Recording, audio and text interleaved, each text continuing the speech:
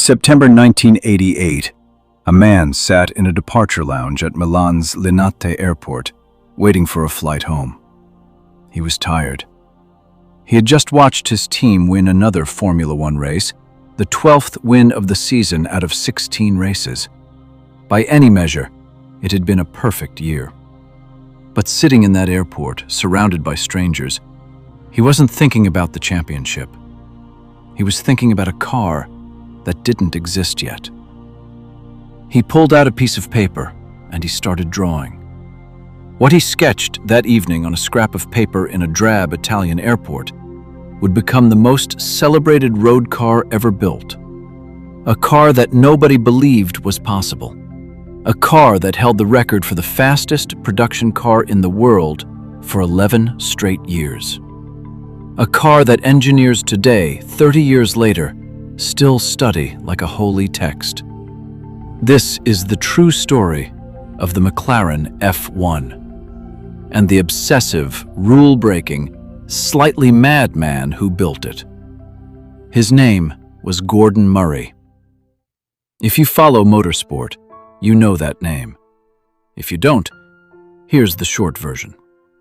Gordon Murray is a South African-born engineer who spent 20 years in Formula One, first at Brabham, where he won 2 world championships, then at McLaren, where he won 3 more. By 1988, he had been responsible for some of the most technically advanced race cars in the history of the sport. He was, by any reasonable measure, one of the most gifted automotive engineers alive, and he was bored. Not bored with cars, never that. Bored with the limitations of Formula One. The politics, the regulations, the constant compromise between what you wanted to build and what the rulebook would allow. Murray was a man with ideas that kept exceeding the boundaries of what he was allowed to create. So, sitting in that Milan airport, waiting for his flight home after another dominant McLaren victory, he did what engineers do when the rules stop being interesting. He invented his own rules. The sketch he made that evening wasn't detailed. It couldn't be. It was a departure lounge, not a drawing board. But the concept was already fully formed in his head. A 3-seat road car with the driver positioned in the center. A naturally aspirated engine, no turbochargers, no shortcuts. The lightest possible construction, borrowed from the world of Formula One. And a singular, uncompromising goal. Not to be the fastest, not to win any record, but to be the perfect driver's car. The ultimate expression of what a road-going machine could be. He took that sketch to Ron Dennis, the head of McLaren, and he said, "I want to build this." Ron Dennis said yes. That decision alone is remarkable. McLaren in 1988 was a Formula One team. They built race cars. They had no road car division, no production facility, no infrastructure for manufacturing anything that wasn't going to Le Mans or Monza. Saying yes to Gordon Murray meant building all of that from scratch, spending money they didn't have on a project that had no guaranteed market, and trusting a man whose only brief was to build the best road car ever made, with no compromise and no budget ceiling. But Dennis said yes, and Murray got to work. The requirement list he drew up reads like science fiction for 1988. The car must weigh no more than 1,000 kilograms, lighter than most hot hatches of the era. Maximum width of 1.8 meters. The majority of the car's mass positioned between the axles. Carbon fiber construction throughout, a material almost exclusively used in Formula One at the time, never in a production road car. And the engine, a bespoke V12, built specifically and exclusively for this car by BMW's chief engine designer Paul Roche, producing 627 horsepower from a 6.1-liter naturally aspirated unit that would rev to 7,500 revolutions per minute with a sound that people who heard it described as something between a symphony and a war cry. and the gold.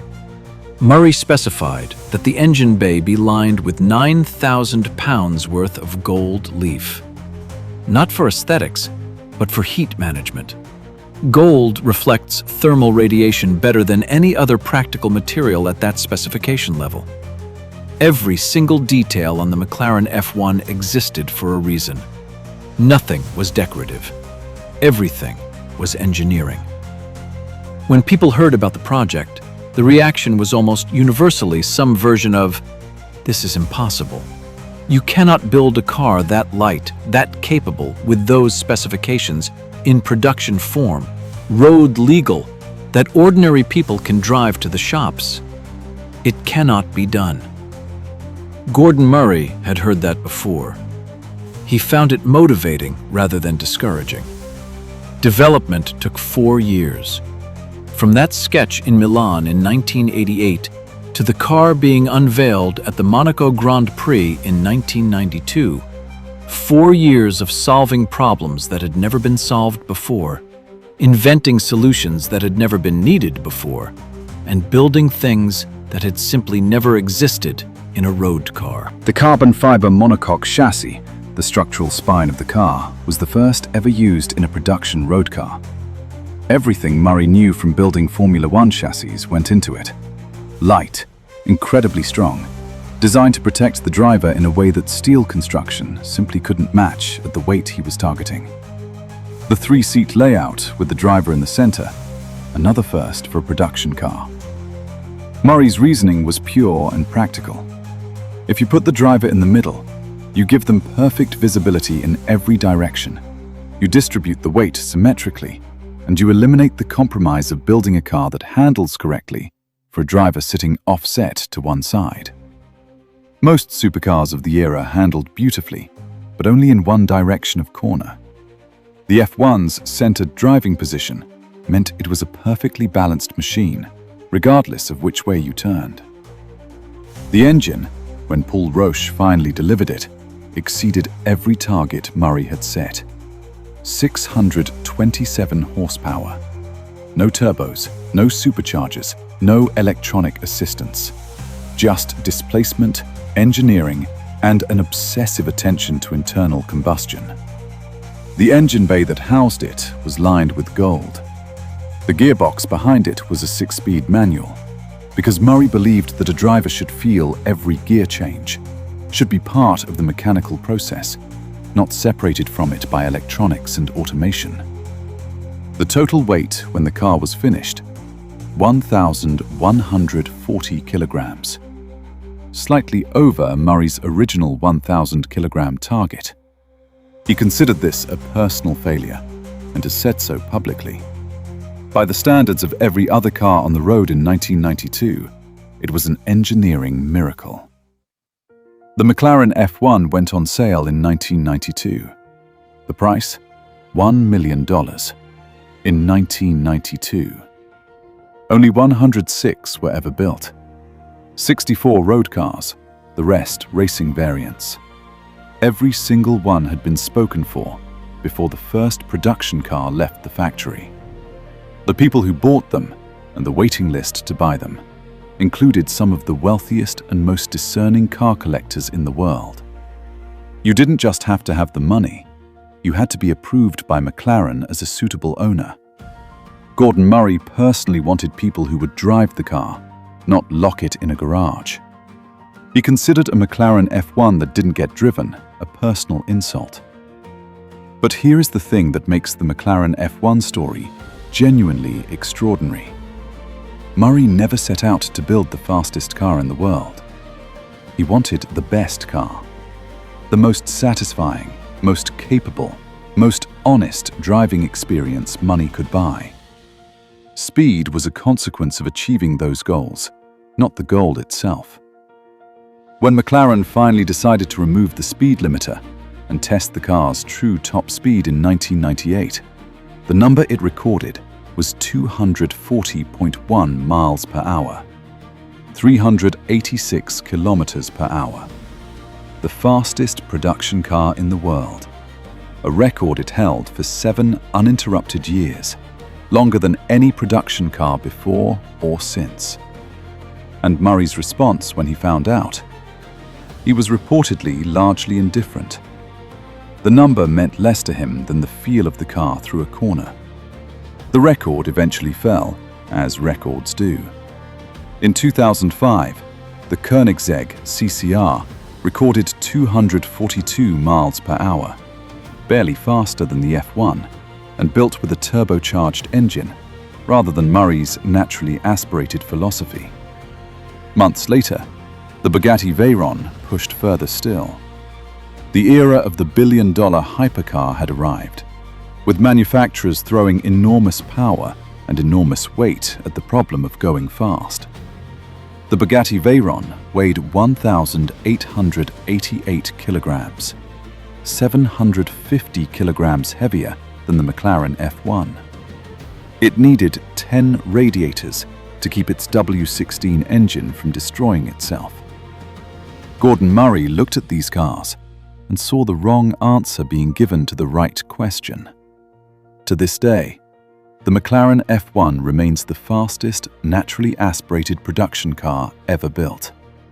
No manufacturer, with all the technology available in 2024, with hybrid systems and active aerodynamics and decades of additional engineering knowledge, has produced a road car powered by a naturally aspirated engine that goes faster. Not one. That is the measure of what Gordon Murray achieved in 1992 with a sketch on a piece of paper in a Milan departure lounge. There is one more chapter to this story, one that Murray himself says was never supposed to happen. In 1994, a group of racing privateers approached McLaren about entering the F1 in the GT class at Le Mans. Murray had explicitly designed the car not to go racing. He had told Ron Dennis and Mansour Ojay when the project started, "If this is a racing car, I'll build you a racing car. But the road car is a road car." He wanted no compromise. He agreed to the Le Mans project anyway. The GTR version of the F1 was built in 1 year, a racing variant developed with minimal changes from the road car, because the road car was already so extreme, but it needed relatively little modification to be competitive. Murray spent 1 day in the wind tunnel developing the aerodynamic kit. 1 day. In 1995, the McLaren F1 GTR went to Le Mans for the first time. It won. First place, third place, fourth place, fifth place. 4 McLarens in the top 5 at Le Mans. On its debut. First manufacturer in history to win Le Mans on its first attempt. A car that was never meant to race, driven to one of the most dominant Le Mans results in the history of the event. Murray later said winning Le Mans was probably the proudest moment of his entire career. Not the top speed record, not the technical innovations. The race that was never supposed to happen. The McLaren F1 was made in very limited numbers and stopped production in 1998. Today, the road cars trade for between $15 and $20 million at auction, more than 20 times their original price. The record they set for the fastest naturally aspirated production car has stood for over 30 years. Gordon Murray is still designing cars. In 2022, he unveiled the T50, his attempt to build an even more perfect driver's car than the F1, with everything he learned from that project and everything he has learned since. It weighs 986 kilograms. He finally hit his weight target.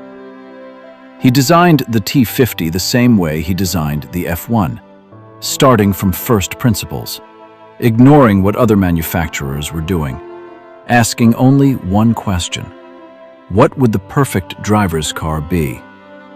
Some engineers spend their entire careers chasing someone else's answer. Gordon Murray keeps writing his own questions. That is the true story of the fastest street car ever built. Not a story about a speed record, though the record is extraordinary. A story about one man's refusal to accept compromise.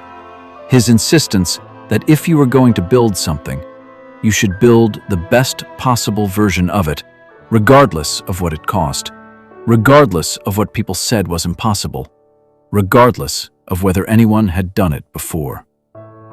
The sketch he drew in that Milan airport in 1988 became a car that changed what the word supercar meant, that showed every manufacturer that came after it what the ceiling looked like.